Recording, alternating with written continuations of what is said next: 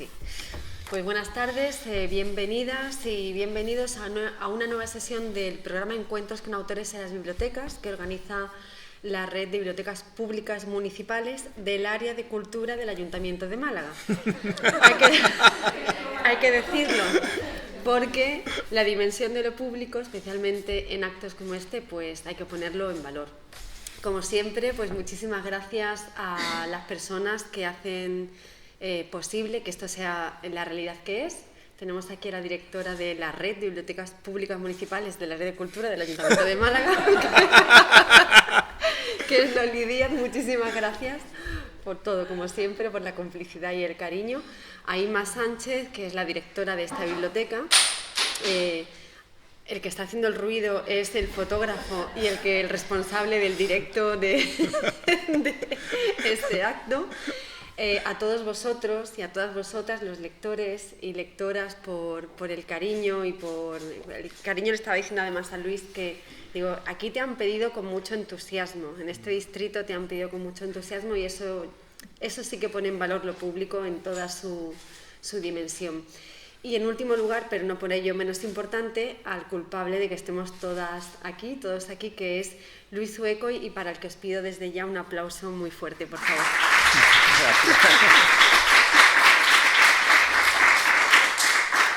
Bueno, yo voy a soltar ya el micro, se lo voy a dejar a él porque vamos a hablar de... Yo lo traigo sin nunca sé cómo se dice, la cubierta, porque es muy bonita. Sí. Es preciosa el libro en crudo, El cirujano de almas, y estaba comentándole a otra lectora que se ha acercado para que le firme el libro, le estaba diciendo, yo soy muy mala lectora de novela histórica, pero hay dos novelas que pueden ser históricas. Esta coquetea con otros géneros también, sí, ¿no? Sí. Pero, por ejemplo, esta novela me cautivó la primera vez que la leí, y me pasa lo mismo con la novela Castellano de Lorenzo Silva, ¿no? Me parecen dos novelas muy poderosas que ponen en valor el sentido de lo histórico, sobre todo en un momento tan complicado como el actual, donde lo histórico y la memoria se está poniendo en duda continuamente. Y yo voy a empezar desde lo general a lo específico, y ya te suelto el micro. Y estabas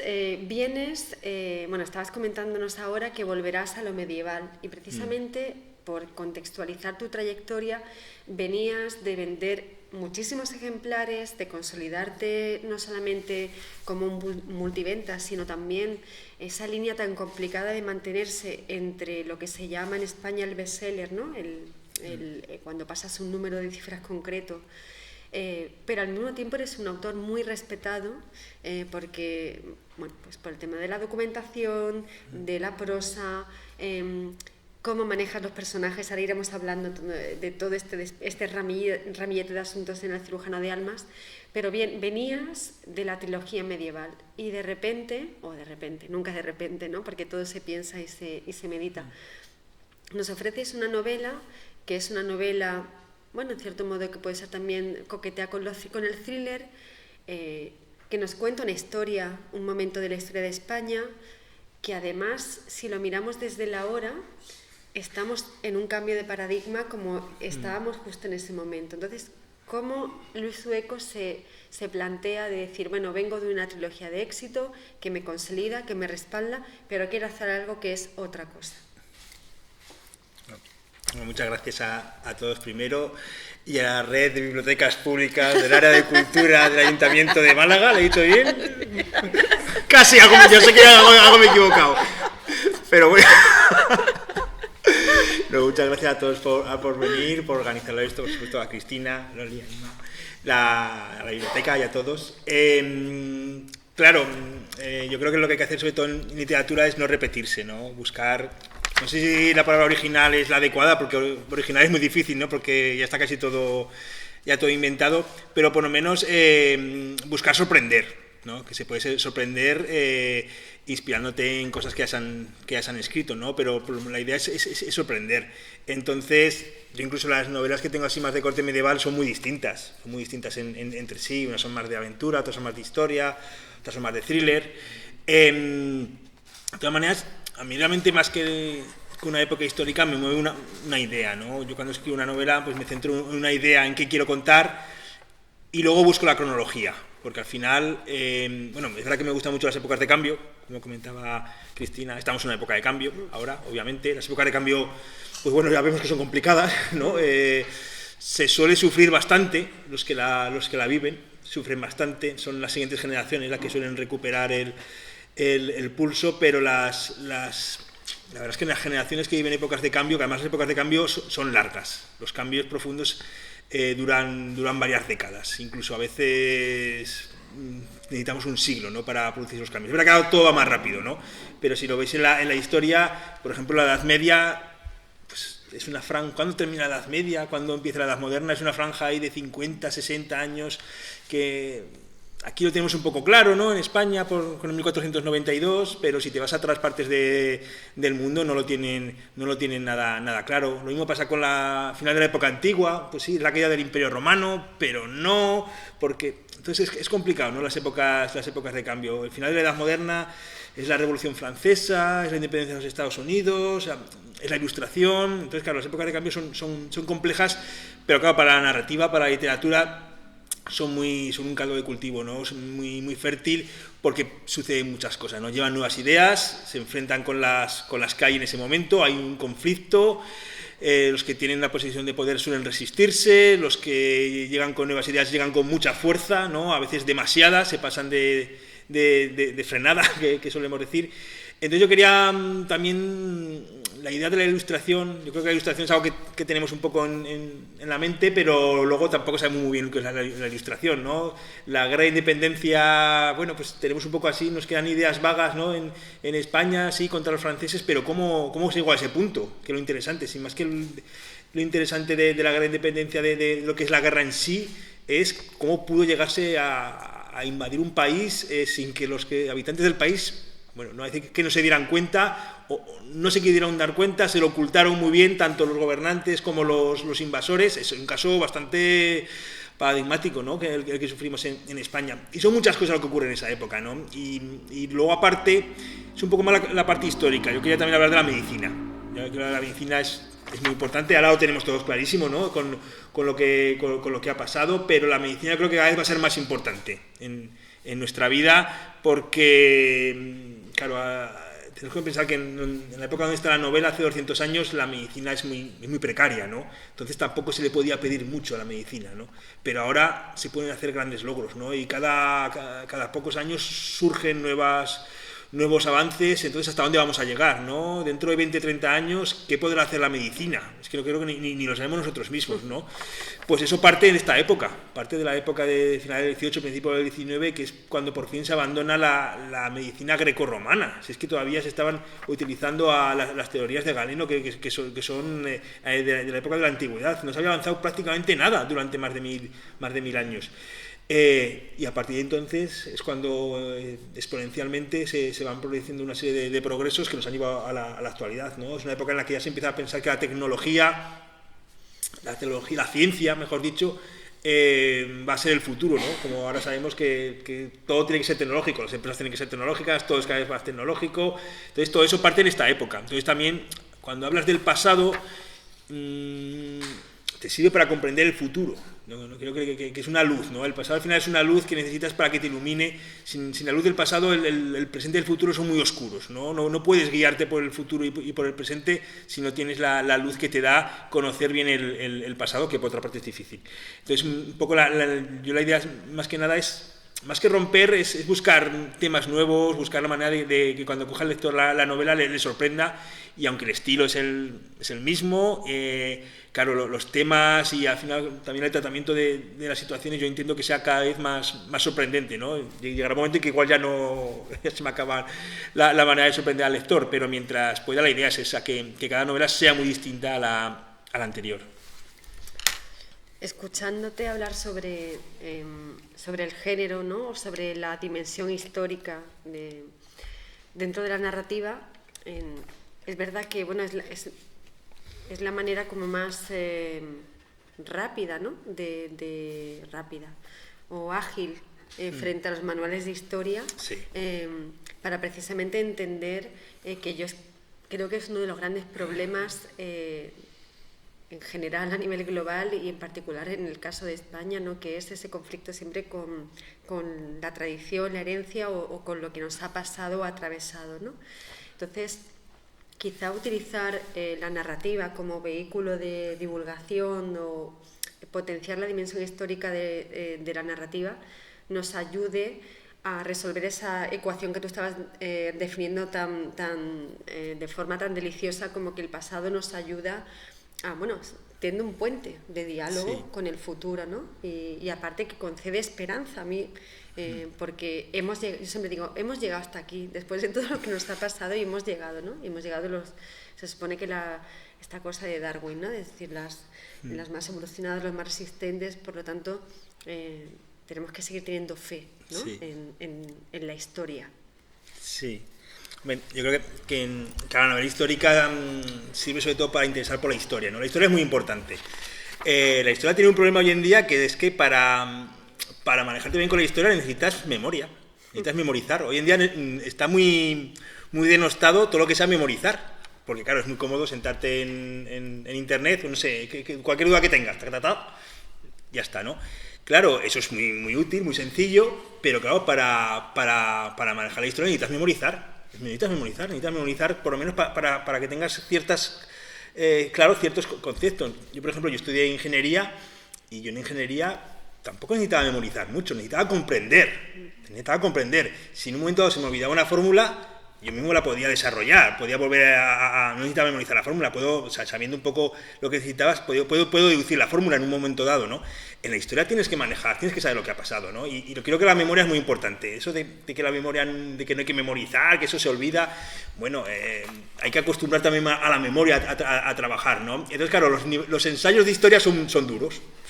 Aprender historia con ensayos es difícil, porque los ensayos son difíciles, y si es que yo lo entiendo. Yo, por ejemplo, precisamente para la novela que está terminando ahora, hoy he estado con mi editora que íbamos a hacer un árbol genealógico de los reyes que aparecen en la novela. Y le digo, ten mucho cuidado, que los árboles genealógicos no los entiende nadie.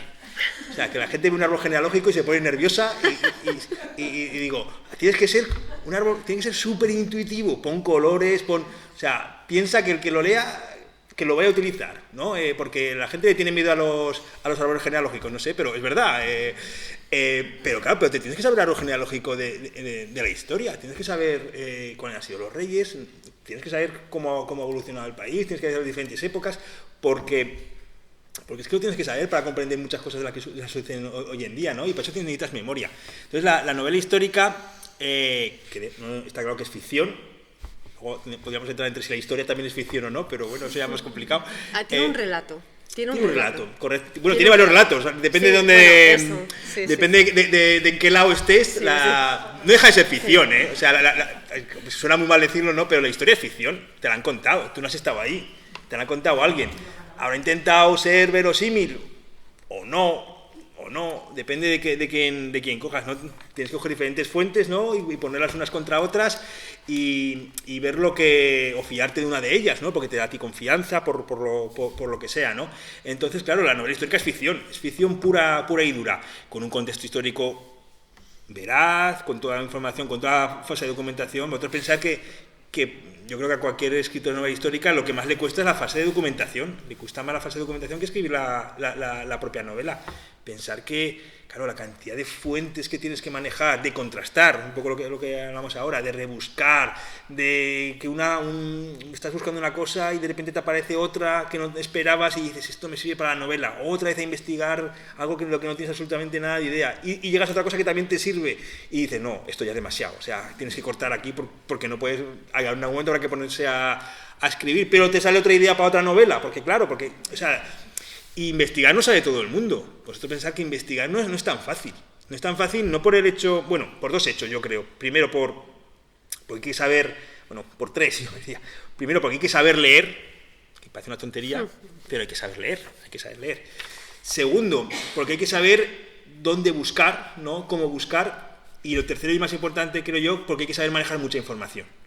Yo creo que cada vez sabemos manejar menos información. Entonces, claro, la cantidad de información que tienes que manejar para una novela histórica o un ensayo histórico, me da igual, es abrumadora. Entonces tienes que ser muy organizado, tienes que tener el hábito, la costumbre, si es posible la formación, para poder manejar muchísima información, ¿no? Que luego en la novela histórica vas a utilizar nada, un 2% de toda la documentación que necesitas, pero la necesitas para controlar la época y para luego tú puedes hacer lo que quieras.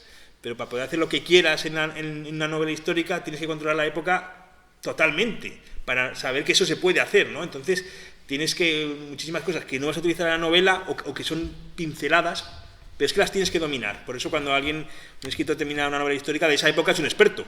Es un experto porque tiene que documentarse muchísimo, ¿no? Y además con diferentes autores, consultar también pues, en primera persona con expertos. Entonces yo creo que eso es importante y todo lo que sea conocer mejor nuestro pasado es fundamental. Por tanto, la novela histórica es ficción, es ocio, pero enriquece muchísimo, ¿no? Y sobre todo despierta interés. Yo creo que lo importante es que despierte interés y que si te interesa una época o algo, luego tú ya vayas a buscar pues, en los manuales, a un museo, ¿no? Pero ese interés que despierta yo creo que es muy, muy relevante a la hora de leer novela histórica. Escuchándote, es verdad que es muy curiosa tu forma de escribir porque es como si manejaras, o sea, diferentes texturas, ¿no? Porque es verdad que sí logras ese, por lo menos para mi yo lector, ¿no?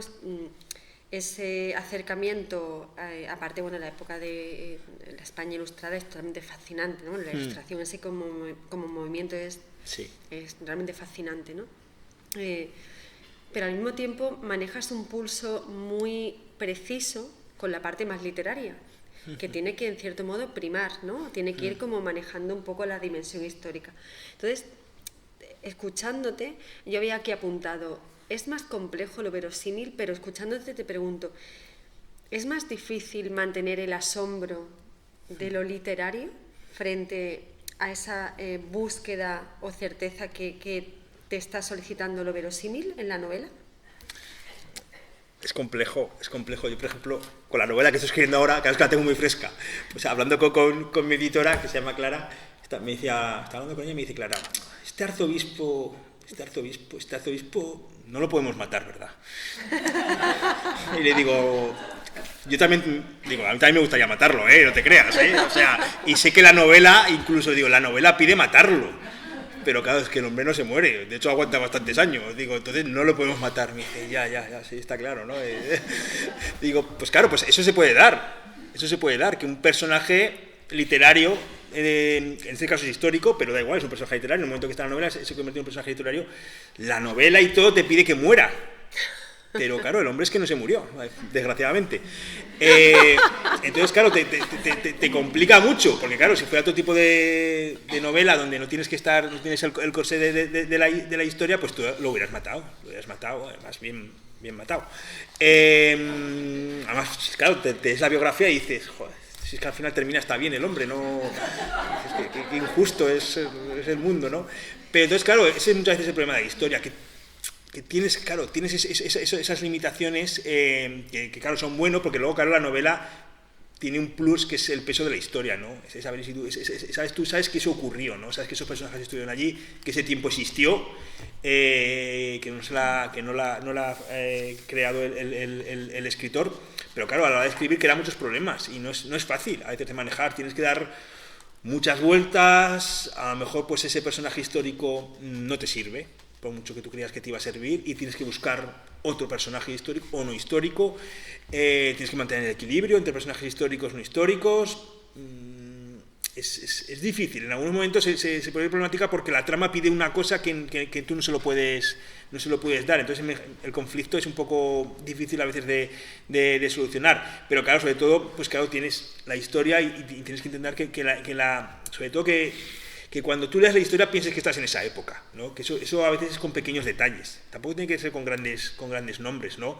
Yo creo que son cosas mucho más pequeñas, ¿no? Pues cómo se comportan en el día a día, sus relaciones sociales, las relaciones familiares, la religión. Claro que en la época antigua es mucho más importante que ahora, la manera de comer. Vosotros pensáis que incluso la comida está estratificada, o sea, no puede comer lo mismo un campesino que un noble, y de hecho no comían lo mismo, y la iglesia lo tenía todo muy separado. O sea, vosotros pensar que en la Edad Media, sobre todo, lo peor que puedes comer, son cebollas y ajos. ¿Qué es lo más típico que cuando piensas sopa de cebolla y sopa de ajos? ¿Por qué os creéis que es eso? Pues porque era lo que comía la gran cantidad del pueblo llano. ¿Y por qué no se podían comer? Bueno, no se podían comer, no era recomendable que comieran cebollas y ajos, porque en esos niveles que estaban la alimentación, los alimentos, mejor dicho, estaban separados por los 4 elementos. Por supuesto, las cebollas y los ajos eran de tierra, pero dentro de los alimentos de tierra eran los alimentos que estaban bajo la tierra.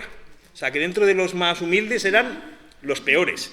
Luego, los que eran de hoja, como la lechuga, estaban un poquito mejor, y los mejores eran las frutas, bueno, y los frutos que estaban en un árbol. O sea, cuanto más separados de la tierra, mejor. Con los peces pasaba lo mismo. Cuanto más arriba del nivel del agua estuvieran, mejor. Si se arrastraban por la tierra, también peor. Y luego las aves, también. Y, bueno, pues pensar que en la Edad Media hay aves que no se comen. ¿Nunca os habéis pensado por qué? Porque vuelan muy alto. Entonces están demasiado cerca de Dios, del cielo. Entonces las águilas y los halcones no se comen.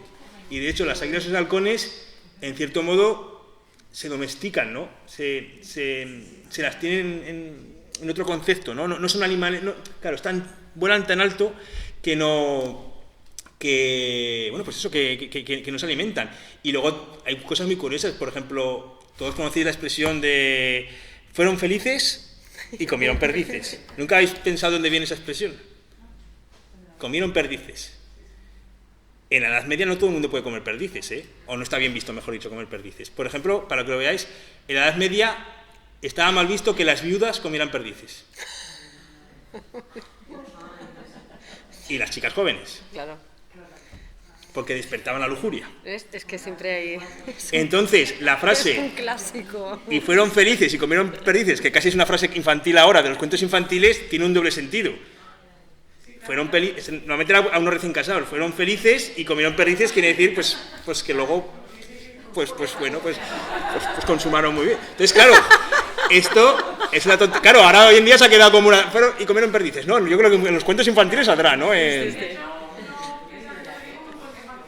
Claro, pues claro, esos elementos así sirven también un poco para contextualizar una época, ¿sabes? Que nos llama mucho la atención, que no caemos, que bueno, claro, hay cosas que hemos mantenido, ¿no? Pero porque heredas, ya no son tradiciones, ¿no? A veces no nos damos cuenta. Entonces, claro, yo creo que esos elementos son más útiles a la hora de contextualizar la novela, ¿no? Y de hacer que realmente te pienses que estás en esa época. Voy a leer un fragmento de la introducción, es la página con la que nos da la bienvenida al cirujano de almas. Dice un fragmento: de modo que un fémur quebrado y curado evidencia que alguien se quedó con quien se lo rompió y que le vendó e inmovilizó la fractura, que por primera vez en la humanidad habíamos desarrollado la solidaridad que cuidábamos unos de otros, incluidos los que habían tenido mala suerte o los más débiles. Esta novela sale en 2021, en un momento en el que la solidaridad fue clave. Es verdad que ahora está todo muy, muy enredado, porque como tú bien has explicado, estamos en un cambio de paradigma, estamos en un cambio de tiempo. Quizá lo único más extraño de este ahora es que no somos capaces de intuir la siguiente sí. Pantalla, ¿no? Sí. Nadie es capaz de decir hacia dónde se dirige la humanidad, porque realmente no lo sabemos, porque estamos, por un tiempo muy marcado por la falta de certidumbre, por la vulnerabilidad. Pero es muy curioso porque ya desde el principio, y no sé si es algo que tú haces o escribes de manera intencionada o que la propia historia te lo concede, ahora iremos hablando de Bruno, de Alonso, en fin, de otros personajes y de esa tensión que manejas entre ellos también.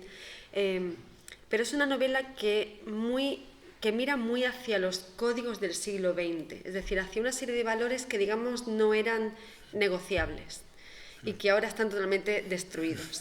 Desde la lealtad a algo que no tiene por qué ser material, el compromiso, incluso el compromiso con uno mismo, la búsqueda firme de un destino, ¿no? Esta cosa que tiene Bruno de héroe moderno, ¿no? No tan clásico, pero no, porque tiene un compromiso con uno mismo. La cuestión de, como le explicaba al padre cuando le dice que ya está muy cansado, que está muy exhausto y que de Bilbao tiene que ir a Barcelona porque es lo que le toca para seguir, para que el peso de la familia cae sobre él. Y vas siguiendo, vas leyendo, y es verdad que ese juego que manejas entre los valores también de la ilustración, te voy a preguntar por la igualdad, que está muy presente en algunos comentarios de otros personajes, pero ¿es algo que has ido señalando, que has ido buscando, o que la propia historia te concede? Esos valores sólidos, muy reconocibles, y que hoy en día, en este cambio de tiempo, ¿no?, están totalmente destruidos. Bueno, que hay duda que de una época a otra los valores cambian y hay conceptos que desaparecen. Por ejemplo, el de la lealtad está muy desvirtuado, el del honor directamente ha desaparecido. A nadie se le preocupa ahora su honor, ni su honra, ¿no? Es una cosa que, pues, por lo que sea, ha desaparecido. O sea, no es que esté en desuso, no, ha desaparecido. Luego hay otros valores que nos parecen, como tú dices, muy actuales, pero que ya estaban antes. Otra cosa es que estuvieran con la fuerza que están ahora, o cuajaran, o se desarrollaran, ¿no? Pero hay ciertos valores, como por ejemplo de igualdad, pero otros que estaban ahí en la sociedad. Lo que pasa es que estaban oprimidos, ¿no? Oprimidos, que eso sí que es importante. Pero claro, es que cuando hay un cambio de época, las cosas cambian y los valores desaparecen. Incluso hay clases sociales que desaparecen. Por ejemplo, gracias a Dios ha desaparecido la esclavitud, pero la esclavitud era una clase social. Ahora estamos que casi va a desaparecer la clase media a este paso, pues igual desaparece la clase media en la siguiente generación, yo qué sé, y aparece una clase social nueva que son los robots, yo qué sé. Entonces, en cada época se producen grandes cambios, son grandes transformaciones, que a veces estaban en la época anterior, como os comento, pero que no habían explotado ni se habían desarrollado. En esta época, claro, ya se empieza a hablar de sanidad pública, pero no está la sanidad pública en esta época. Pero está el concepto y saben de lo que están hablando. Lo que pasa que, claro...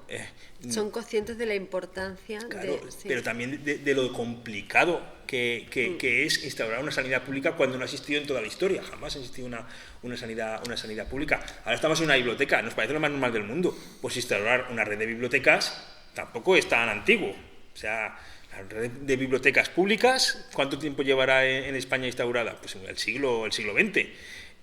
Son 4 días históricamente hablando. Por supuesto que sabían lo que eran las bibliotecas y por supuesto que entendían la importancia que podía tener el conocimiento, pero de eso a que pudieras ir tú con tu carné y coger un libro, el libro que quisieras, y si no que se lo pidan a otra biblioteca, eso es un concepto de hace 4 días, pero estaba el embrión, ¿no? Claro, cuesta ese proceso. Entonces a mí sí que me gusta un poco, que lo que creo que Cristina, rascar un poco en el pasado y encontrar esos destellos, ¿no? Esas personas que hablan de valores que ahora son muy comunes, pero a mí me gusta ponerlos en valor y cómo eran en esa época, ¿no? Porque a veces, pues claro, nos parece pues que en la Edad Media o el 16 o el 17 sean épocas muy oscuras donde ciertos valores no existían. Sí que existían, pero claro, para que tú los disfrutes ahora han tenido que avanzar varios siglos y ha habido mucha gente que ha tenido que luchar por ellos y que hayan llegado a estos días. Y es importante saberlo, porque si no nos parece que siempre han estado ahí, ¿no? Y hay muchos de los valores de la actualidad que creemos que siempre han sido así y no los valoramos porque bueno, pues ya está, con la democracia, porque la democracia tiene 40 años, o sea, que son 4 días. Pero yo creo que si lo dices a un chico de 20 años, pues la democracia, pues para él es algo, pues la nación es normal en el fondo. Pero claro, ahí está la historia para que entienda y comprenda que hace 40 años no había democracia y que no fue algo rápido ni sencillo, fue doloroso, fue complicado, dio pasos adelante, pasos atrás, tal. Entonces, claro, la novela histórica te permite jugar, ¿no? y rascar y mostrar un reflejo un poco y ver temas que nos parecen muy actuales y ver cómo estaban en el pasado, porque estaban, lo que pasa que claro, en qué situación estaban. La sanidad pública, pues eso, y hubo un esbozo en las Cortes de Cádiz, se intentó, pero simplemente se llevó a Cortes, se habló de la sanidad pública y ya está. Bueno, pues porque por primera vez en 1812 creo que era, se hablará de sanidad pública en las Cortes Constitucionales del Reino de España, pues es un progreso. ¿Que no se consolidó en ese momento? No, pero ya se habló. Bueno, pues ya habrá otro que dará otro paso más hacia adelante cuando toque y poco a poco se vaya cimentando la sanidad pública en este caso. Voy a leer ahora un párrafo del prefacio antes de justo... ahí sí que nos da la bienvenida. antes de que ya vayamos al Cádiz asediado, ¿no? Dice, hacía tiempo que quería escribir una historia ubicada en el paso del siglo XVIII al siglo XIX. La Ilustración, la independencia de Estados Unidos, la Revolución Francesa, la Guerra de la Independencia, la primera Constitución Española, Francisco de Goya y muchos otros temas que me apasionan se reflejan en estas páginas. Fue una época de cambio, como la que estamos viviendo actualmente, donde el mundo estaba convencido de que el futuro sería mejor, apoyado en unos nuevos ideales y con la ciencia y el progreso como símbolos. Leyendo esto, pensando, digo, si podemos cambiar la ilustración por la digitalización masiva o la transformación digital, la independencia de Estados Unidos por el Brexit, la Revolución Francesa por, aquí no sé qué paralelismo buscarle, la Guerra de la Independencia, la primera, es decir, hay mucha serie de hitos históricos, o que todavía no son históricos, pero lo serán, ¿no? O movimientos, algunos de dudosa calidad, y hay creadores en este tiempo que nos permiten casi, ¿no?, irnos adentro de 200 años, si el mundo aguanta, y soporta esta nueva era del antropoceno. Pues que leyéndolo es casi un calco, ¿no? Y a mí me ha resultado eso muy inquietante. Fíjate, la primera vez que la leí, cuando hicimos la anterior charla, no reparé, pero ahora me movió totalmente, ¿no? Y el juego especular que haces en esta novela con este tiempo. Sí, un poco la idea. Lo que pasa es que incluso te tienes que ir un poco más atrás en nuestra época, porque, claro, que digo, las épocas de cambio son largas. Entonces, claro, si quieres comprar aquí, te tienes que ir incluso un poco más atrás y te tienes que ir al final de la Guerra Fría. La caída del muro de Berlín podía ser algo comparable a la Revolución Francesa. Claro, pero vosotros pensáis que después de la Revolución Francesa viene un dictador, un tirano, que es Napoleón, y Napoleón, en la novela, yo creo que se ha retratado bastante como lo veo yo. Es un tirano, pero es un hijo de la Revolución Francesa. O sea, es verdad, y utiliza los ideales de la Revolución Francesa, y es hijo de la Revolución Francesa. O sea, es el mayor exponente de la Revolución Francesa es Napoleón, y termina convertido en un tirano, en un emperador, que encima quiere que su familia se convierta prácticamente en una familia real, contra lo que luchaba precisamente la Revolución Francesa. Y contra la Revolución Francesa hay una serie de movimientos que las monarquías se hacen más fuertes. Al final terminan cayendo, pero se hace más fuerte. Entonces, siempre cuando son procesos muy largos y hay como resistencias muy fuertes, ¿de acuerdo? Entonces, en nuestra época, yo creo que todavía queda mucho recorrido hasta estamos en el proceso de cambio, pero todavía no hemos llegado por eso no sabemos cuál es la siguiente pantalla, porque es que no hemos llegado al final y entonces nunca se sabe. Los pobrecillos de principio del 19 no tenían ni idea de lo que les venía encima. Entonces, pensar con las guerras napoleónicas, claro, decimos la Primera Guerra Mundial, pero si es que las guerras napoleónicas ya son una guerra mundial. Pero súper violentas, además, o sea, claro, aquí lo cuentas. La cantidad de gente que murió en las guerras napoleónicas, que pensar que en la Primera Guerra Mundial la clave son las trincheras, ¿no? Nunca se había luchado en trincheras, la mortalidad es una salvajada, pero vosotros pensar que las guerras napoleónicas se luchaba disparando en filas. O sea, ahí el que estaba en primera fila, o sea, ese se moría seguro, podías aguantar una o dos. La artillería ya estaba muy desarrollada, iban directos a la artillería. Ojo, la mortalidad de estas guerras, ¿eh?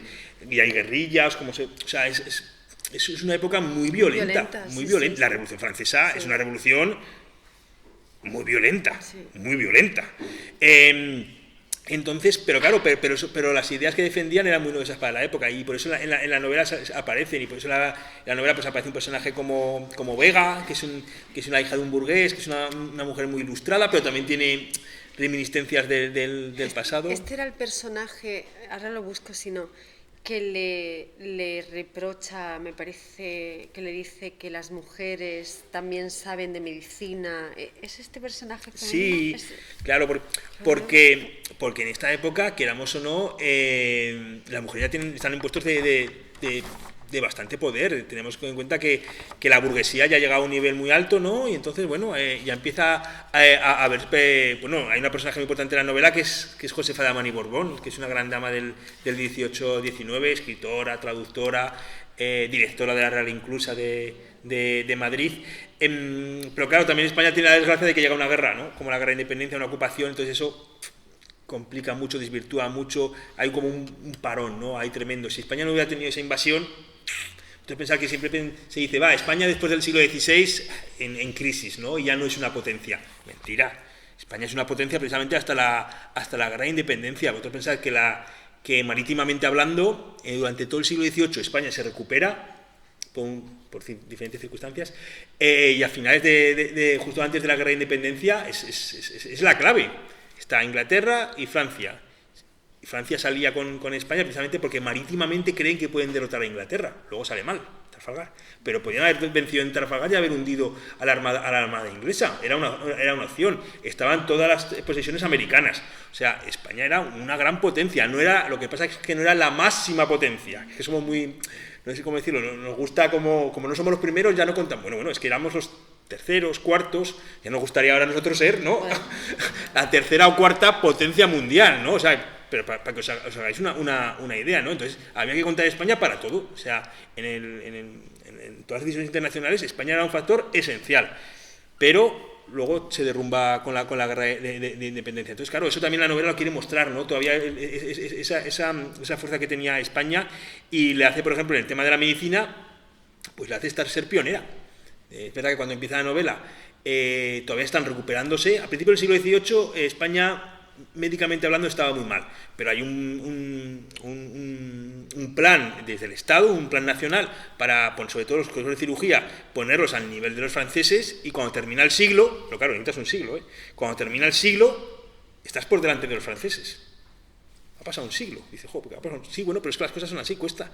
¿De acuerdo? Eso es lo que nos falta también ahora, el largo plazo, ¿no? Sí. Pero en todo, ¿no? También. En todo. Ahora esto debe ser ya, el corto plazo. Sí. El medio, bueno, no sé, alguien. Pero el largo plazo, ¿vosotros pensáis que alguien planifica con 30 o 40 años vista? Pues en esta época se hacía. O sea, es que toda conquista social necesita de tiempo. Es mucho. O sea, toda conquista social. Porque tú conquistas, pero luego tienes que consolidar, sí, defender, progresar. Esos son años. Sí. Vamos a meternos ya en la página, bueno, cuando ya Bruno ha ido de Bilbao a Barcelona y conoce ya a su tío, aunque él todavía, pues, además lo echa, y por el tema del azar de las cartas, ese juego de cartas. Estoy contando cosas de muy del principio que se pueden contar, ¿eh? Si alguien no ha leído la novela, no estoy destripando absolutamente nada, es el planteamiento. Entonces dices aquí: Barcelona había cambiado desde los asedios de la Guerra de Sucesión. Ahora en su trazado urbano mandaba la ciudadela, que atraía numerosos soldados a la ciudad. En el llano y junto a la costa, unos decían que protegía a Barcelona en caso de una nueva guerra. Otros, que la vigilaba junto al castillo de Montjuïc desde lo alto. Ambas defensas, unidas a las antiguas murallas, daban un aspecto fortificado y militarizado a la ciudad. Alonso Urdaneta era dueño de una espesa barba que le ocultaba los labios y toda la mandíbula. Había engordado, bla, bla, bla, bla. Y a lo que te quiero preguntar, que es fascinante, en las descripciones que haces de la ciudad de Barcelona, que casi la manejas o la tratas como un personaje más, pero lo más interesante es decir, no vas más allá de lo estrictamente narrativo, ¿no? Pues, pienso en El nombre de la rosa, ¿no? Ese tratamiento de los escenarios, del personaje del lugar como un personaje más que hace Umberto Eco, ¿no? Pero tú vas más allá porque, además de mostrarnos los lugares como casi personajes, porque influyen en otros personajes y por lo tanto en la trama, nos estás mostrando la transformación de esos lugares por el peso de la historia. Y eso lo haces con este párrafo. Más adelante aparece otro párrafo pequeñito, como si no tuviera importancia, pero tiene muchísimo peso, porque nos está en cierto modo también marcando la mirada como lectores, ¿no?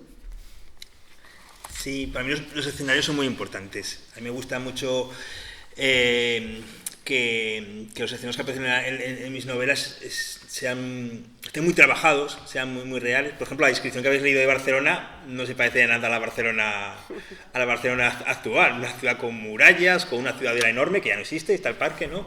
Con el castillo arriba, sí que existe, muy militarizada. Hoy no está nada militarizada, pero es la Barcelona de la época. Yo cuando saco una ciudad, claro, intento escribirla en la época. Vosotros pensar, Málaga ha pasado lo mismo, las ciudades han cambiado mucho. A veces no nos damos cuenta de lo que han cambiado, pero incluso, quiero decir, echar la vista atrás hace 20, 30 años y han cambiado. Pues claro, echar la vista 200, 500 años atrás, ¿no? Es que incluso los cursos de los ríos cambian. Pensamos que el río siempre ha ido por el mismo sitio. No, el río no ha ido siempre por el mismo sitio, ni muchísimo menos. La cota de la ciudad ha crecido mucho. Debajo hay todo un mundo, debajo de las ciudades, porque antes no se quitaban los escombros como se quitan ahora. Entonces, claro, eso es muy importante, pero yo creo que para el lector es clave, para situarte también en el lugar, ¿no? Cuando aparece un lugar en mi novela, yo creo que aparezca de verdad. Yo estaba allí, yo lo he estudiado. Por ejemplo, tengo un amigo que escribe sobre China, ¿no? Además tiene 2 novelas sobre China. Y un día le pregunté, qué guay, ¿no? China, vas allí, no sé qué. China. Dice, yo no estoy en China en mi vida. Digo, pero si tienes 2 novelas de China del siglo XVII. Me dice, sí, pero ¿qué pinto yo en China? Así que hablan chino, yo no sé qué, está muy lejos. Me dice, no, hay un instituto, no me acuerdo que me dijo, una institución en Barcelona, donde me dice, tienen toda la documentación de China que necesito. Además te tratan súper bien. Yo voy allí, me ponen una mesita, no sé qué, me sacan todos los libros y me dicen, me voy a ir yo a China. Hay otros escritores que funcionan de manera distinta, pero yo creo que los escenarios son importantes visitarlos. ¿Sabes? Si ubicas una novela en un lugar, tiene que ser por alguna razón, no tiene que ser porque sí y ya está, ¿no? Entonces, claro, tienes que ir allí, porque captas cosas distintas. Yo cuando he venido aquí, lo primero que te preguntas es por la biblioteca, ¿no? Por la arquitectura. Yo me fijo mucho en las arquitecturas de las ciudades porque además son muy distintas. Nos pensamos que todas las ciudades, incluso dentro de España, son iguales y luego viajas y dices, no, son distintas. Y los que viven en ella lo ven normal, pero para quien de fuera dices, no, esto no es normal porque es la primera vez que lo veo. Ah, sí, te lo aseguro. Pero tiene una razón de ser, que puede ser simplemente histórica. No tiene que ser ni arquitectónica, ni funcional, histórica, hay que buscar esa razón, ¿no? El entramado de las calles, el río. Claro, hay que fijarse en todos los detalles a la hora de buscar una ubicación para una novela como esta, una novela histórica. Ahora te voy a preguntar por uno de los ideales de la Ilustración, que es la igualdad, y no es el personaje de Vera, es el personaje de Doña Josefa, de Amar y Borbón, que esta página es maravillosa. Dice, no la puedo leer entera pero vamos, voy a leer. Dice, le aseguro que aprendo rápido y que he ayudado a mi tío muchas veces. Seguro que soy más válido que los alumnos que van al colegio. Y eso a ellos les da igual. Las mujeres somos mucho más válidas de lo que creéis los hombres para todo lo que no nos permitís hacer y seguimos viendo cómo os equivocáis una y otra vez. Esto valdría para el ahora, claramente. Poniendo 1000 excusas como la idea de que el gobierno femenino sobre los hombres resultaría contrario a Dios. Yo no entiendo mucho de esas cosas, sé que la posición de las mujeres es difícil y que muchos hombres os creen solo útiles para tener hijos. Mi padre me enseñó que no es así, que una mujer vale lo mismo que un hombre. ¿Tu padre te enseñó eso? Fue la primera vez que se esbozó un simulacro de sonrisa en su rostro. Sí, me abandonó hace años, sigue, bla, bla, bla, bla. Después habla de prostitutas, es fascinante. Esta página es la 137, es realmente fascinante. Y deslizas los valores de la igualdad en boca de diferentes personajes femeninos y en los diálogos, además, que eso es realmente fascinante. Sí, claro, hay que también la clase social que dice esas frases. Todo tiene todo tiene su punto bueno y su punto negativo, ¿no? Entonces, claro, eso lo puede decir Doña Josefa, que es una gran dama. Puede decirlo. Una campesina... No puede. Es que igual ni se lo ha planteado, quiero decir, ¿no? Pero bueno, pero esta señora sí lo puede decir, ¿de acuerdo? Yo que la novela lo cito, yo cuando hice la novela tenía duda de la época en que situarla, precisamente por una mujer, por una médica italiana, que es Trótula, que luego la cito en la novela, pero claro, Trótula de Salerno, creo que es siglo XIII, era especializada en ginecología, pero era una de las mejores médicas de su tiempo, en Italia. ¿Vosotros pensáis si estaba avanzada esta mujer? Y podía dar, vosotros pensáis que a la edad media una mujer no puede ser médico. ¿de acuerdo? Ella sí podía. Estaba tan avanzados sus conocimientos, sobre todo de ginecología, que hasta el siglo XVIII y XIX están vigentes. Y en Inglaterra, cuando la estudian en el siglo XIX, la deducción que llegan en ese momento los médicos ingleses es que eso no lo ha escrito una mujer, que lo ha escrito un hombre, que es falso, que eso no lo ha podido escribir una mujer. Claro, estamos hablando de un texto del siglo, de unos estudios del siglo XIII, ¿no? Claro, son casos excepcionales, pero lo mismo que decía, existe, y una mujer del siglo XVIII, pues una dama, o sea, una de la burguesía, sobre todo de la nobleza, me da igual, sobre todo si es viuda, tiene mucha fuerza y se ve. Yo, por ejemplo, en la novela actual, vuelvo a salir, que es del siglo XV, pues vosotros pensáis que hasta el siglo XV, me da igual que en Castilla o en Aragón, me da igual, hay muy pocas reinas que reinen. Hasta el siglo XV hay muy pocas reinas que realmente reinen. Eran reinas porque estaban casadas con el rey, pero que reinaran, había habido 2 casos y por circunstancias muy especiales. No reinaban, no mandaban las mujeres cuando eran reinas. Entonces, estamos hablando del siglo XV, pero en el siglo XV cambia, ¿de acuerdo? Entonces, en Europa tampoco había tantos casos. Siglo XV, otra época de cambio, paso de la Edad Media a la Edad Moderna. Entonces, claro, y otros elementos los sitúo, pero claro, luego también nos tenemos que fijar en la clase social, que es algo que ahora, igual por suerte, no es tan importante, ¿no?, la clase social, pero claro, en el siglo XVIII eso sí que es a rajatabla, y en la Edad Media todavía más. O sea, lo que no puedes hacer nunca es, en la Edad Media, una campesina, pues eso, jamás tendría relación con un noble, jamás. Pero por muchas razones, porque es que ni se dirigirían la palabra, ni se mirarían a los ojos. Es que igual no hablaban casi ni el mismo idioma, porque claro, es una cosa que nos olvida. ¿Cómo hablaba en la antigüedad? Sabemos cómo escribían. Bueno, sabemos cómo escribían, sobre todo, lo mismo, las altas capas y sobre todo en documentos jurídicos. Hay alguna carta, pero ¿cómo hablaban? Porque nosotros no hablamos igual que escribimos y mandamos mensajitos, no, o sea, si tú coges un mensajito de WhatsApp y lo intentas traducir, olvídate, ¿no? ¿Cómo hablaban? Con esas mezclas todavía de latín, con lenguas vernáculas mezcladas, con el dialecto. Entonces, es que igual hasta tenían problemas de entenderse unos con otros, ¿no? Eso es así. Entonces, claro, el problema de estas épocas son la clase social. Eso sí que es una barrera muy difícil de traspasar en la época, y la única manera de traspasar una barrera social en esta época es haciendo mucho dinero y luego consiguiéndote un apellido. O sea, era muy, muy difícil, ¿no? Eso sí que es una barrera casi más complicada que otras como la igualdad entre hombres y mujeres. ¿Qué hora es, Eloy? Que me estabas diciendo antes. ¿Las? Y media, pues os toca entonces, porque le he dicho avísame y media por si quieren preguntar algo, porque yo tengo mucho fondo de armario. Mucho. Pero estoy segura de que ha salido el libro ya, pues le quiero preguntar algo que se pueda preguntar, que no destrocemos la historia. Venga, no seáis tímidas, que no me lo creo. Yo te quiero preguntar dos cosas, pero generales, porque siempre me genera mucha curiosidad. Al ser escritor de novela histórica, ¿cómo luchas tú contigo? Porque ya lo estás diciendo, tienes que saber mucho sobre esa época y tal. ¿Cómo luchas tú contigo mismo para reducir? Porque hay escritores que, tú sabes, una novela histórica, sí, así de...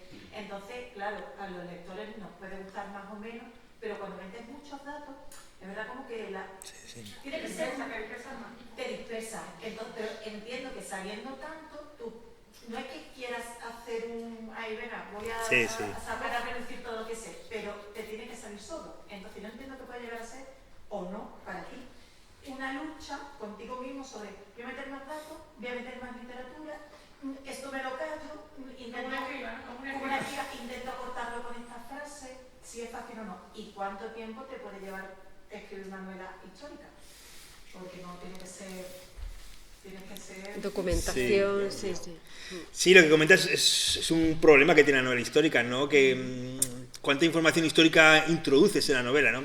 En teoría tienes que introducir solo la necesaria para la trama. Pero para ti, ¿qué es lo necesario? Por ejemplo, que sea el campo. Te lo pide la novela. Claro, eso es la diferencia, por ejemplo, entre una novela histórica buena y mala. Una de las razones, claro. Sí, porque hay veces que yo también cojo novelas históricas y digo... Claro, digo, se han pasado. Es muy interesante lo que está contando, pero ya no me acuerdo dónde estábamos con el personaje, ¿no? Porque entonces, claro, pero luego también hay novelas históricas que te piden más parte histórica que otras por la trama. Si es una época más desconocida, imagínate que estás haciendo una novela histórica sobre Egipto. Claro, tienes que meter mucha información porque no conocemos Egipto, a no ser que seas un experto en Egipto. Entonces necesitas mucha más información histórica que si haces una novela, pues eso, del siglo XVIII en España, porque tú quieras o no ya tienes un bagaje, ¿no? Pero claro, también tienes que pensar en el extranjero. A veces pienso en el extranjero. Digo, vale, esta novela se la tiene que poder leer un polaco. Claro, o sea, entonces tengo que pensar en él, casi. Entonces yo casi pienso más en un extranjero que en un español. Digo, claro, tiene que ser interesante para un extranjero y que no necesite, por supuesto, nada más, porque es una novela. O sea, al final no tiene que necesitar buscar nada de información. Entonces, yo creo que la clave es eso, pensar en un extranjero que no tenga absolutamente nada que ver, que sepa nada de la historia de España, ¿no? Es un poco la clave. Entonces, claro que es difícil, claro que es difícil, eso es lo que pasa, que es difícil, y a lo mejor en unas novelas aciertas más que en otras, porque pones más o menos, o también te puedes quedar corto. Digo, es que igual, ¿sabes? Entonces, claro, o por ejemplo, si alguien solo busca historia, pues claro, se le va a parecer corto. Pero claro, es que claro, pero es una novela, entonces debería ser un ensayo, no una novela. Entonces tienes que pensar en eso, en que tú no tienes por qué saber nada de la época, ni del país, ni nada. Esa es la idea. Nosotros también nos leemos novelas extranjeras históricas, nos leemos sobre los Tudor, no sé cuántas novelas hay sobre Enrique VIII, o las Bolena, ¿no? O sobre otros personajes, sobre los Medici, o yo qué sé. Entonces, claro, un poco que la clave es esa. Y entonces, claro, la novela cuesta. Claro, ¿cuánto cuesta? Es que no es tan fácil, porque tú piensas que, claro, cuando yo digo ya me pongo con la novela, claro, esa idea ya está muy trabajada. Claro, ¿y cuánto has dilatado en el tiempo el estudio ese que has dedicado a investigar? Porque... Sí, pero a veces, incluso, claro, es que ya estoy hecho un guión, y le da vueltas a la novela, y vueltas, entonces ya es cuando me pongo es porque ya veo que hay novela. Entonces, claro, pero eso ha sido en periodos de tiempo distantes. Por ejemplo, ahora que estoy terminando una, realmente ya tengo casi preparada la siguiente, pero no me he puesto a escribir. Entonces, cuando me ponga a escribir, te puedo decir, pues desde que me pongo a escribir, desde hoy, eso sí que te lo puedo decir. Pero claro, y todo lo anterior, y los ratos que has estado pensando en la novela, pero no, claro, no estás con el cronómetro. Pero es que luego perdemos mucho tiempo, ¿eh? No valoramos nuestro tiempo, ¿sabes? Yo tengo un amigo que siempre dice que si quieres valorar nuestro tiempo tienes que poner un precio a tu hora. Y decir, mi hora son, no sé, 20, 25 euros, 30 euros. Y entonces date cuenta de lo que vale tu tiempo, ¿no? O coge el día y mira, estas 5 horas, ¿en qué las has gastado? Pues mira, esto es lo que valían esas horas que has gastado en lo que sea, ¿no? Por ejemplo, sirve para la micromanía. Ponte a colgar un cuadro. ¿Cuánto te cuesta costar el cuadro? 3 horas. Pues ¿cuánto te hubiera costado llamar a alguien para que te lo pusiera? ¿Tanto? Pues mira, has salido perdiendo dinero. El próximo día llama a alguien que te ponga... No, es una tontería... Sí, pero por eso, porque es que los escritores perdemos mucho tiempo. Tú piensas que es un trabajo que estás a solas. Es muy aburrido, tú piénsalo, estás a solas, todo el día, escribiendo. Se te puede ir de las manos, entonces luego de cuenta que hay escritores, yo me escribo las horas que eso y quiero, pero hay escritores que escriben por palabras, que no se levantan de la mesa hasta que no han escrito, no sé, 2000 palabras, por decir algo. Porque claro, el tiempo es muy relativo. Tú en 5 horas un día puedes escribir una página y otro día puedes escribir 5 páginas. Entonces, realmente no te sirve. El tiempo no sirve, pero en cambio, las palabras sí. Si cada día tú te escribes 1000 palabras, 2000, todos los días, y hasta que no las escribes, no te levantas de la silla, eres muy productivo, te lo aseguro, porque tú quieres además levantarte de la silla. Entonces tienes que... Pero cuanto más tiempo estés escribiendo ahí, más fácil que la creatividad Hombre, pero tienes que forzarla también. Claro, es que si estás esperando a que venga sola... Hay que provocarla, sí. Tienes que estar ahí... Sí, pero por ejemplo, te has comentado, perdón que sea fónica, estás con una novela y ya estás pensando en la siguiente. Sí. Porque esta novela ya te da inspiración para la siguiente. Es decir, cuando tú escribes algo ya te inspira para la siguiente. O no siempre es así. Sí, lo que pasa es que me controlo... Entonces cuando veo así, escribo un poco, pero digo, lo dejo porque si no, no va a terminar la que estoy ahora, porque si no, no terminarías nunca. Porque es que claro, tú imagínate, si estás 2 años escribiendo una novela, anda que en 2 años no se te pueden ocurrir otras novelas. Además escribiendo, porque escribiendo se te ocurren más ideas, o leyendo también, ojo. Yo, por ejemplo, cuando me atasco leo. Y cuando lees, en mi caso, por ejemplo, me surgen ideas para la novela que estoy escribiendo, que no tiene que ver nada con el texto que estoy leyendo, pero, no sé, sí. Escribe, no te gusta, no sé si es así, ¿no? Sí, claro. Sí. Y luego quitas muchas páginas que ves que no funcionan y sí, hay mucho eso, pero tienes que forzar y tienes que, claro, pues tú piensas que son muchas horas, es que se trabaja muchísimo, por eso te digo que a veces, pues eso, lo de poner cuánto valen tus horas para ver, es que sí, pero lo que pasa es que yo no lo hago porque si no saldría perdiendo, pero... Yo me refiero a esa parte, es decir, bueno, me toma, que no llega mi palabra, es la presión que te ponen encima. Pero te cuenta que te acostumbras. Que a lo mejor te bloqueas el ritmo, claro. Que no te bloqueas, que no. Hombre, si es tu primera novela... Claro, pero si es tu primera novela o la segunda, pues sí, pero ya cuando llevas muchas novelas, no es que te lo pide... Claro, a mí me gusta que... Yo me pongo una fecha, yo firmo una fecha, pero a mí me gusta. Yo tengo que tener la novela antes del, yo qué sé, el 20 de noviembre del año tal. Vale, perfecto, ya me organizaré yo... Venga, ya somos mayorcitos, entonces ya me organizaré yo y yo lo prefiero, es que si no...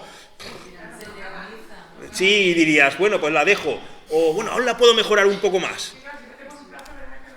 Sí, yo creo que es importante tener un plazo. Hay gente que no le gustará, pero, hombre, con tu primera novela igual no es necesario poner un plazo, pero cuando ya, es que si no, no... Entonces, claro, sí que tienes que... Al final es un trabajo, o sea, y coges un hábito. Yo escribo todos los días, ¿sabes? Entonces, incluso hoy he escrito en el AVE, sí, he escrito bastante, sí. No sé, o sea, es que al final es habitual. Yo si no escribo un día estoy un poco raro, ¿sabes? Porque además se me van ocurriendo cosas, es que aunque no quiera se me ocurren cosas, entonces digo, se me van a acumular en la cabeza, o sea, mañana voy a tener que escribir más si no escribo hoy, entonces no sé, es un poco así. ¿Y eso que escribes va en relación a tu novela o eso son ideas que tú vas apuntando porque te vienen? Depende. Hombre, yo intento centrar las cosas y que sean de la novela actual, pero a veces se complica la cosa, sí, pero tienes que controlarlo, porque es que si no se te puede ir... porque ideas puedes tener muchas, es que una idea es muy fácil de tener, ¿sabes? Luego hay que ver la idea dónde va, ¿no? Entonces, claro, tampoco puedes estar todo el rato, yo apunto la idea por ahí y cuando tengo tiempo, a veces cuando termino una novela lo que hago es coger todas las ideas que tengo apuntadas y voy repasándolas todas. Y digo, pues bueno, pues esta la veo con más sentido ahora, esta hay que investigarla, a ver a dónde, esta hay que ver si se ha publicado algo, pues no vamos a publicar otra vez nosotros. Entonces, es un poco luego, también te tienes que aburrir. Es como los niños, ¿no? Que dicen que se tienen que aburrir, pues te tienes que aburrir, tienes que tener periodos donde no hagas nada, porque en esos periodos donde no haces nada también surgen cosas. O sea, es todo complicado, como en la vida. Sí. Cuando acabas la novela, ¿qué sensación te queda? Cuando has acabado una novela que además todos esos personajes que ha ido desarrollando toda esa novela, si te deja un vacío. Sí, lo que pasa es que también cuando terminas la novela, ¿cuándo la terminas realmente? Cuando terminas de corregirla. Y claro, a mí la fase de corrección no me gusta nada, es muy dura, que es leerte es la novela. Es la peor para todos, sí, es decir, sí. O sea, tienes que leerte otra vez la novela y corregir, y otra vez, que ya además ya la novela te la sabes, y lo que estás leyendo muchas veces no sabes si lo estás leyendo o eres tú que en tu cabeza está dándole vuelta, entonces es una fase muy pesada, ¿no? Entonces, claro, si fuera a terminar la novela como dices tú y ya está, te quedarías con un vacío muy grande, pero es que no es así, porque luego viene toda la fase de corrección que es larga, y luego el título, darle la vuelta, o sea, sigues trabajando en la novela, entonces no la abandonas realmente hasta que no se publica. Entonces, claro, ¿y qué pasa? Cuando se publica, como ya realmente la has escrito de trabajo literario, de creativo, hace meses, pues ya estás pensando en la siguiente. Entonces, por ejemplo, yo incluso antes, cuando ya han terminado las correcciones, pues por ejemplo, ahora estamos ya en noviembre, terminar este mes para correcciones, en diciembre ya estaré liberado. Pues en diciembre ya me pondré con la siguiente novela, ¿sabes? Entonces como que no... ¿Que no te da tiempo? No. ¿No suele dedicar un periodo de una novela a otra para decir, voy a descansar un poco? ¿Tu mente no para? Es que... No, porque... Bueno, es que es un trabajo, claro. Es un oficio, entonces... Porque muchas veces uno termina y dice, bueno, voy a por lo menos desconectar un poquito. Para no... Hombre, un poco, a lo mejor. Cada persona es un mundo y cada uno... Pero es que la manera de desconectar de una novela es escribir. Claro. Tú piensas que es que cambias por completo. ¿sabes? Cambias otra, claro, imagínate que coges otra época, o sea, es que es otro mundo, es otra historia, estos personajes. Lo que se me hace luego más pesado es quizás retomar la anterior para la promoción, por ejemplo. Eso es que me hace más pesado, porque entonces eso sí que es volver a meses atrás y, claro, por ejemplo, si hacéis preguntas complicadas, ¿por qué este personaje no sé qué, no sé cuántas?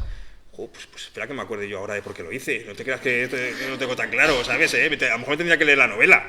Y aún así, pues es que no es tan fácil. Es que en aquella época, ¿qué estaba pensando yo? O sea, que muchas veces yo cuando leo las novelas mías, o sea, las novelas no las leo, pero cuando leo textos, pues no me acuerdo de nada absolutamente de lo que he escrito.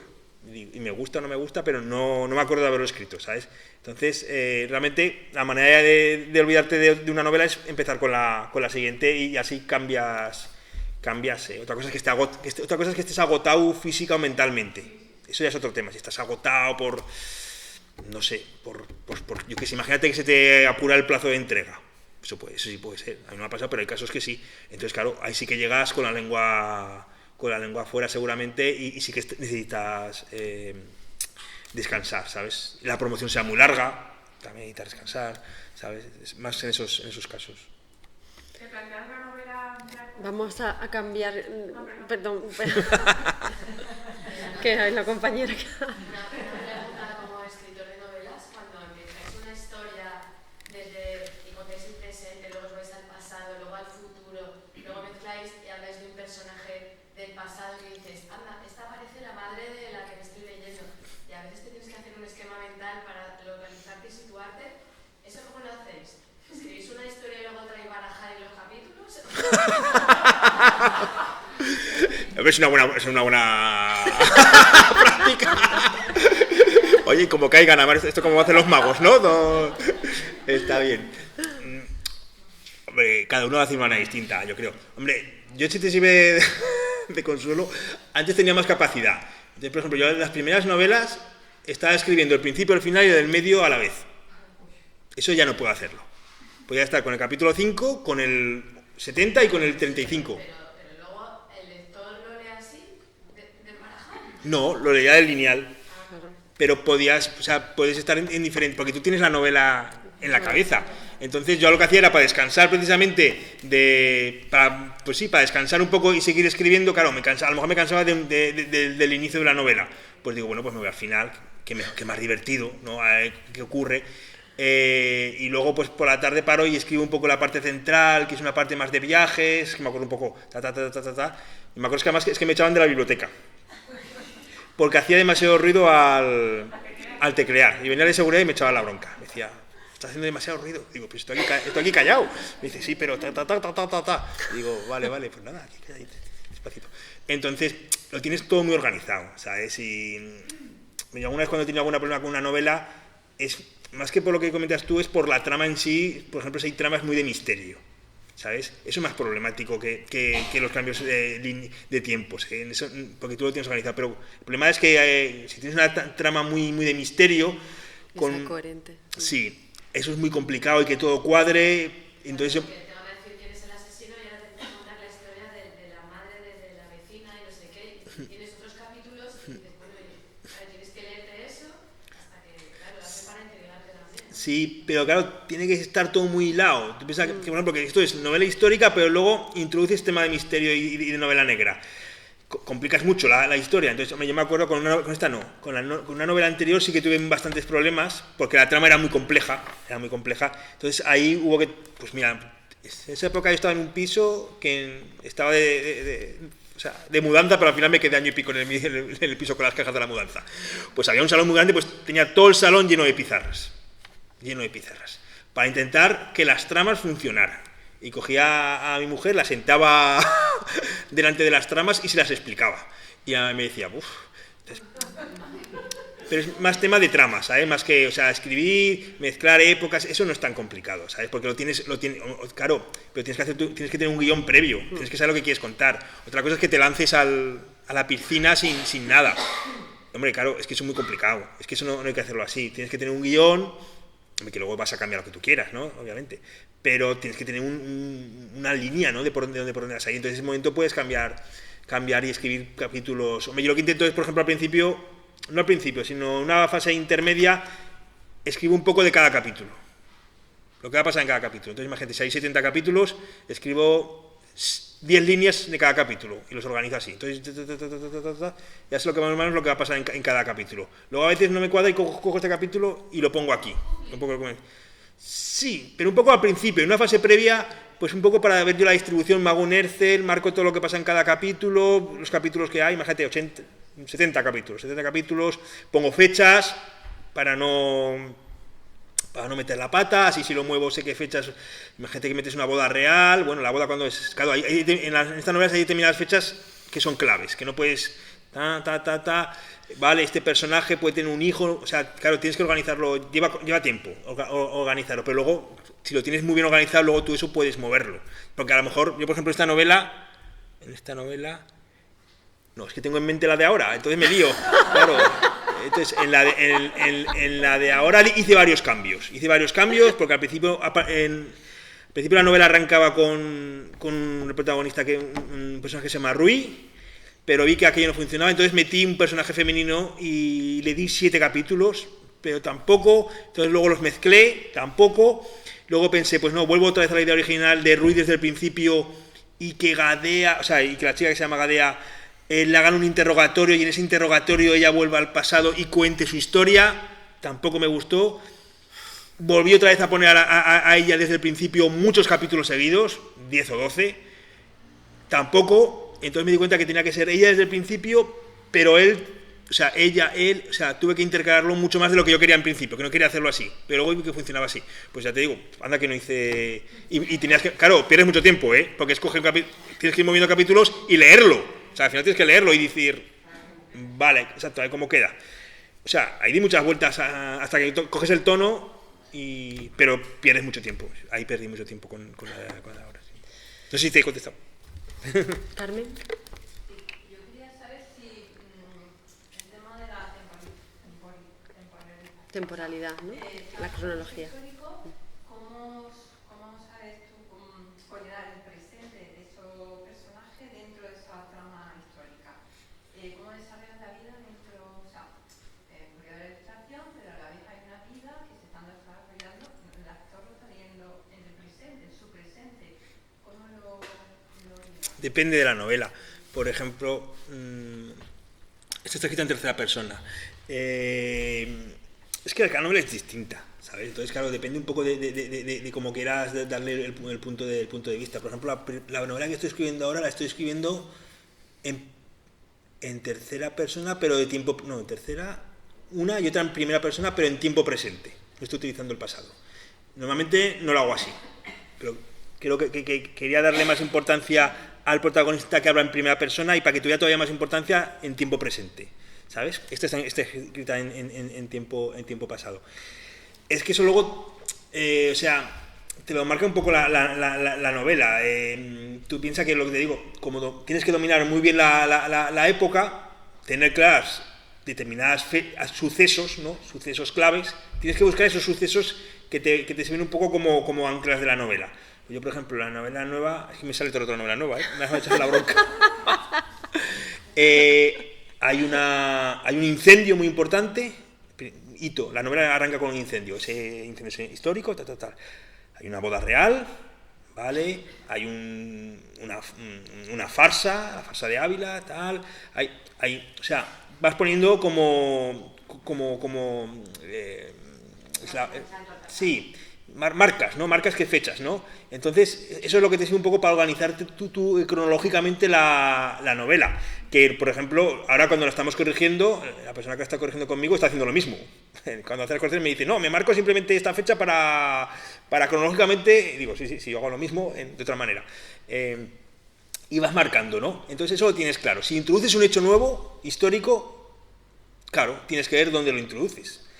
A veces no lo puedes introducir donde tú quieras, entonces no te sirve. Tienes que buscar, y luego los personajes, teniendo eso claro, tú los personajes, lo te digo, puedes utilizar diferentes tiempos verbales y hacerlo de diferentes maneras, ¿no?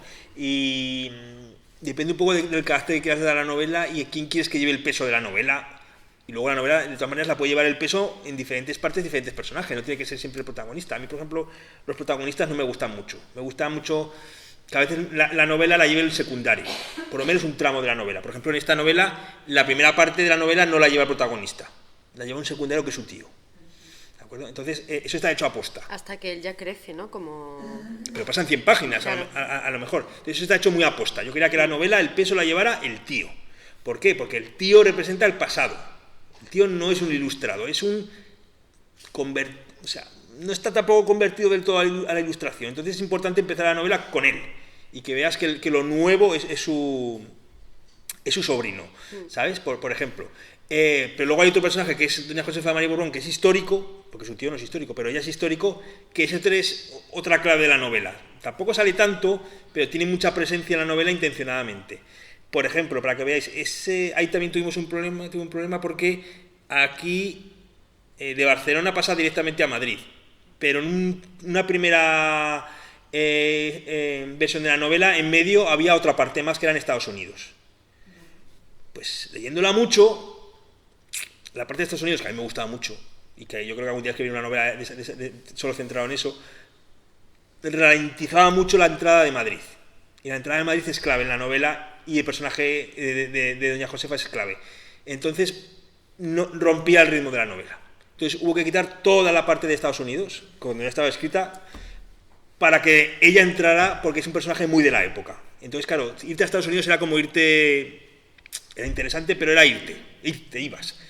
No era esa la idea. Entonces, claro, hacía falta que ella, y ella incluso tuve que adelantarle más capítulos, para que entrara cuanto antes, porque marca mucho la época. Entonces, bueno, es complejo, ¿sabes? Así como, pero por ejemplo, para que nos una idea.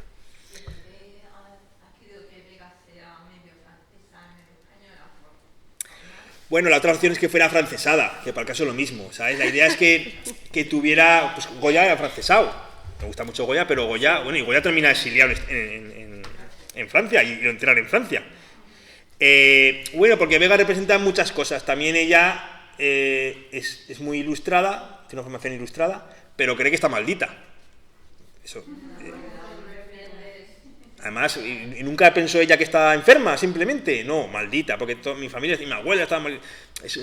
No tiene sentido. Bueno, sí, tiene sentido. A veces pasan estas dualidades, ¿no? Que ella es muy científica, muy ilustrada, pero por otra parte tiene eso, pues claro, pues también mezclar esa parte de que ella es medio francesa, por lo cual, en principio, que lleguen los franceses no le va mal, pero no es así, y le va mal. Entonces, la otra forma era que hubiera sido afrancesada. Pero yo creo que quedaba mejor pensar que era medio francesa, le daba otro tono al personaje, como mostrar un personaje femenino y muy avanzado, ¿no? Porque viene en teoría de Francia con las ideas ilustradas, ¿no? Pero por contra piensa que está maldita. Bueno, vamos que son casi las 9 de la noche. Os voy a pedir un aplauso muy fuerte para Luis Zueco, por favor. Gracias.